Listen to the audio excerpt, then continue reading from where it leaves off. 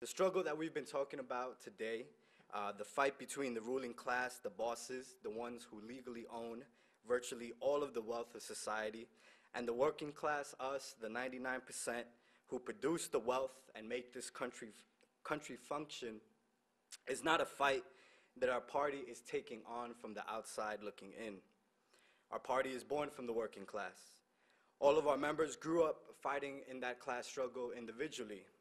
Maybe growing up as a woman, growing up as a black person, growing up on minimum wage, living homeless, being straddled with debt and school loans, or undocumented, in my case, et cetera, our struggles go on. And since our party doesn't see ourselves as separate from the working class, you will never hear us ask, what can our party do for the poor and working people of this country? Really an absurd question if we think about it. But you will hear this question phrased in many different ways by many different politicians in this upcoming election year. What can we do for the poor and working people of this country? The Democrats and Republicans are going to ask, rhetorically, of course, fronting like they really give a damn outside of their own narrow interests. But not our party, not the PSL. That's not our perspective.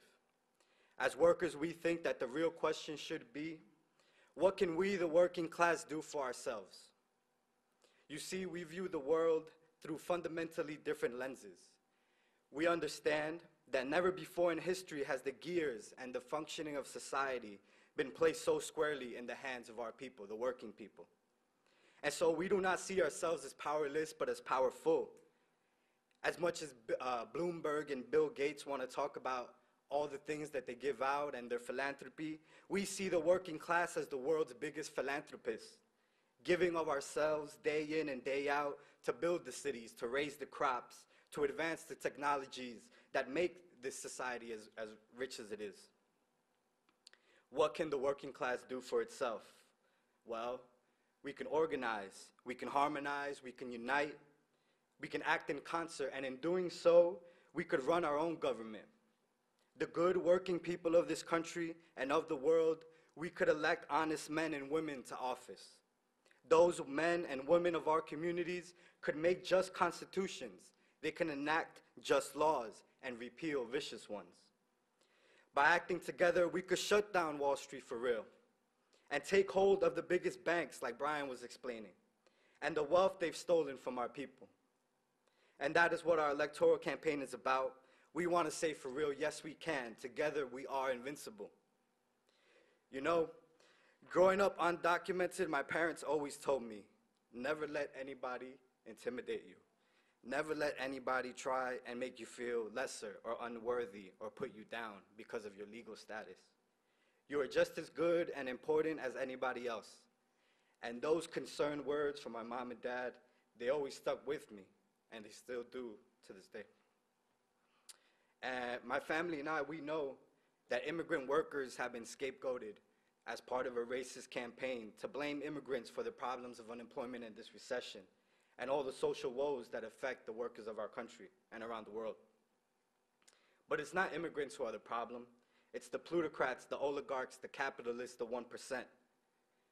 And now that the Occupy movement has spread around the country under the slogan, the banks got bailed out, we got sold out, even liberal commentators have dared to speak out and expose the intense class polarization that is allowing a tiny few to become ever richer while the masses of people become ever poorer. Yesterday, for instance, the economist Paul Krugman wrote in the New York Times a piece entitled Oligarchy, American Style. Look it up if you want. Krugman is a liberal and not a socialist. He is a critic of the worst abuses of capitalism, but asserts that the problem is not the capitalist system, but the pro-business policies promoted by the Republicans. And in his view, the views that are too frequently embraced by President Obama and the Democratic Party leadership. It's significant that this article, again titled Oligarchy, American Style, appeared just yesterday in the New York Times. He uses the growing Occupy movement as a frame of reference for his argument. And the facts really speak for themselves. Currently, US banks, to quote the New York Times, are completely awash with cash. A record $8.9 trillion to be exact, of cash in the banks that are basically just sitting there instead of being invested in our communities. Cities very much like Chicago or where I'm from, New York. Cities that are desperate to save our social services and school budgets. In New York City, food prices have skyrocketed, and the latest reports from the food pantries, those who feed the hungry in our city, really paint a stark picture of what life is really like for the majority of the residents of New York City. In the richest city, in the richest country in the world, approximately 1.3 million people, mainly women, children, seniors, and the working poor, rely on soup kitchen and food pantries to eat. Approximately 3 million New Yorkers in a city of 8 million people, almost half, currently experience difficulty affording food for themselves and their families. 1 out of every 3 New York City residents who has a job has experienced difficulty affording food last year. If we were to take all of the families in New York City that have kids, a full 76% of them would report as having had trouble finding basic affordable food sometime last year, and that's a 38% increase since 2003. That's more than 3 out of every 4 families in one of the richest cities on the entire planet.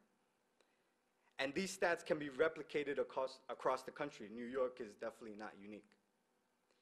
But where is all this wealth going then, if it's not going to us, the 99%?